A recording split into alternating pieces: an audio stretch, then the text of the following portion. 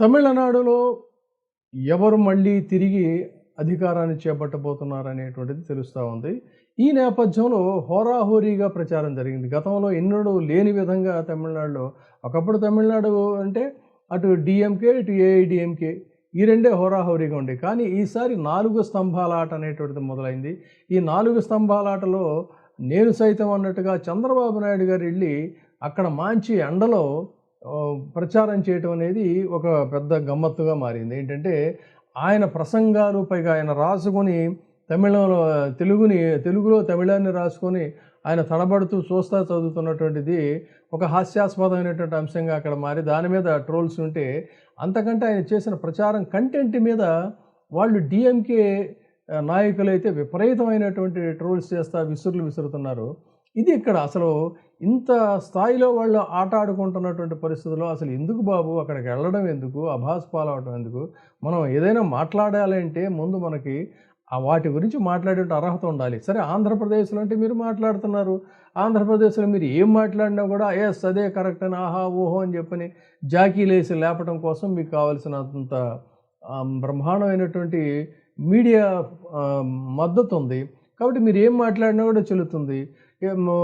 అదే ఒకసారి ముఖ్యమంత్రిగా సొంత పార్టీ పెట్టుకొని ఆ పార్టీతో ఒకసారి అధికారంలోకి వచ్చి ఒకసారి దగ్గరలో దాకా వచ్చి మరొకసారి అధికారం కోల్పోయినటువంటి స్వయం శక్తితో వచ్చినటువంటి వ్యక్తి జగన్మోహన్ రెడ్డి అయితే అంత అశేషమైనటువంటి బలం ఉన్న మీ మీడియా చేసేటువంటి దీంట్లో జగన్మోహన్ రెడ్డి ఆయన ఒక కామెడీ పీసు మీ దృష్టిలో. కానీ అత్యంత శక్తిమంతుడిగా ఇప్పుడు మీరు ఫోకస్ చేస్తున్నటువంటి వ్యక్తి మీ కుమారుడు లోకేష్. తర్వాత ఒకవైపు విపరీతమైనటువంటి హింసాత్మకమైనటువంటి పరిపాలన చేస్తామంటే సంక్షేమ పథకాలతో డబుల్ ఇంజిన్లో దూసుకుపోతున్నాం అని మీరు చెప్తుంటారు. ఎస్ఎస్ ఆహా ఊహో అని చెప్పని మీ అనుకూల మీడియా చేస్తుంటుంది. సరే, ఈ ఆటలన్నీ అయితే మనకు ఆంధ్రప్రదేశ్లో బాగానే ఉన్నాయి. కానీ మరి పొరుగు రాష్ట్రానికి వెళ్ళి ఇలాంటివి చేస్తే బాగోదు కదా. కరెక్ట్గా వాళ్ళ మీడియా ఇవాళ గట్టిగా అటాక్ చేసి దాని మీద బీభత్సమైన ట్రోల్స్ చేస్తున్నారు. ఎందుకంటే మీకు చెప్పేటువంటి కొన్ని పాయింట్ల గురించి చెప్పే అర్హత మీకుంటే బాగానే ఉంటుంది. కానీ అలాంటివి మన వెనకాల ఇన్ని రకాల ఉంచుకొని మీరు మాట్లాడితే ఎలా కుదురుతుంది?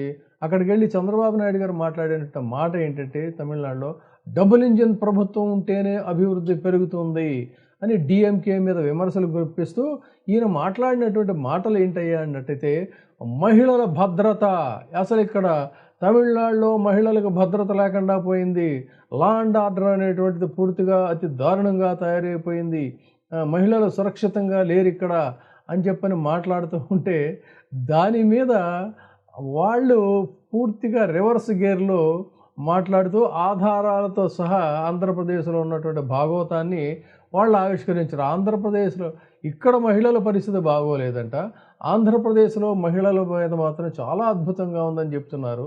ఒక్కసారి చూస్తే ఐపీసీ సెక్షన్ 354 దీనికి మీద కేసులు ఉన్నాయి, 376 కింద బోర్డన్ని కేసులు ఉన్నాయి, 590 కింద కేసులు ఉన్నాయి మోడెస్టీకి సంబంధించి, పోక్సో కేసులు కూడా నమోదవుతున్నటువంటి పరిస్థితి.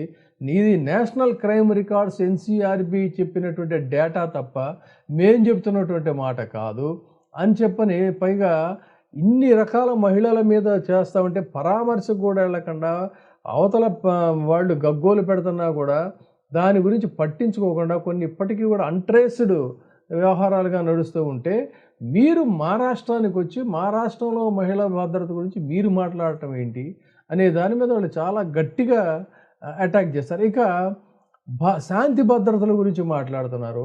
సోషల్ మీడియాలో మాట్లాడితే పొరుగు రాష్ట్రాలకు కూడా వెళ్ళి మరీ పనిగట్టుకొని ప్రజాధనంతో చేసి అసలు ఇది తప్ప ఇంకొక పనే లేదు లా అండ్ ఆర్డర్ అన్నట్టుగా వాళ్ళను అరెస్టు చేస్తున్నటువంటి తీరు చూస్తే Arnesh Kumar versus state of Bihar కేసులో సుప్రీంకోర్టు చెప్పిన గైడ్ లైన్స్ని కూడా మీరు తొంగలోకి తొక్కి ఈ Lalita Kumari versus government of UP FIR నమోదు చేయాలన్నట్లయితే తప్పనిసరిగా గైడ్లైన్స్ పాటించాలనేటువంటి ఆదేశాలను గాలి కుదిలేసేసి సోషల్ మీడియా పేరుతో ఇష్టం వచ్చినట్టు మామూలు సెక్షన్లు కాదు, ఎడాపెడా అసలు సంబంధం లేని సెక్షన్లో ఐపీసీ 153A పెడుతున్నారు, కమ్యూనల్ హేట్రెడ్ అని చెప్పని 508A పెడుతున్నారు. ఐటీ యాక్ట్ ఎప్పుడో రద్దయిపోతే దాన్ని కూడా తీసుకొచ్చి పెడతా ఉన్నారు. Supreme court Shreya Singhal versus union of India చెప్తే దాని గురించి కూడా మీరు గాలికి వదిలేశారు. ఆఖరికి మీ కోర్టు వాళ్ళు చెప్పిన దాన్ని కూడా మీరు పట్టించుకోవట్లేదు. విమర్శ చేస్తే చాలు అది అసత్య ప్రచారం, హేట్ స్పీచ్ అని చెప్పని కేసులు పెడతా ఉన్నారు. ఇంత వెంజన్స్ పాలిటిక్స్ మీరు నడుపుతూ ఉంటే ఇది 120B క్రిమినల్ కాన్స్పిరసీ పెడుతున్నారు. 506 క్రిమినల్ ఇంటిమిడేషన్ లాంటి సెక్షన్లు పెడతా ఉన్నారు మామూలు సాదాసీదా కార్యకర్తల మీద. మీరా మా ఆర్డర్ గురించి మాట్లాడేది అని చెప్పని వాళ్ళు విపరీతంగా వాళ్ళ మీడియాలో చేశారు. పాపం మరి అక్కడ ఈ మీడియా ఆటలు సాగవు కదా, అందుకని చెప్పని మాట్లాడారు. అసలు ఈ కేసుల గురించి, లా అండ్ ఆర్డర్ గురించి చంద్రబాబు నాయుడు గారు వెళ్ళి చెప్పడం ఏంటి, ఏమన్నా ఇది ఉందండి? సో అంటే దెయ్యాలు వేదాలు వల్లించడం అనే సామెత బహుశా ఎందుకే వచ్చిందో తెలియదు.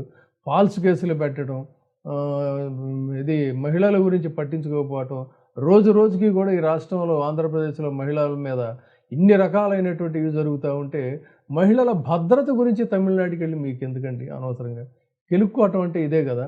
సో దీని మీద అక్కడ చంద్రబాబు నాయుడు గారు చేసినటువంటి ప్రసంగాల మీద తమిళ తంబీలైతే మాత్రం విపరీతంగా వాళ్ళు ట్రోల్ చేస్తున్నారు. కాబట్టి మరి పాపం మరి ఆయనకి ఇక్కడ జాకీలేసే ఛానల్స్ మరి వాళ్ళు ఎలా ఆదుకుంటారో, ఆ మీడియా ఆయన్ని ఎలా ఆదుకుంటుందో అనేటువంటిది చూడాలి. కానీ అనవసరంగా అకారణంగా ప్రచారం కోసం వెళ్ళి ఉన్న గాలి పోగొట్టుకున్నట్టు అయింది అనేది మాత్రం చెప్పక తప్పదు. ఇప్పుడే సబ్స్క్రైబ్ చేయండి, లైక్ చేయండి, షేర్ చేయండి. VTV ప్రైమ్, మీ ఉత్తమాభిరుచుల సమ్మేళనం.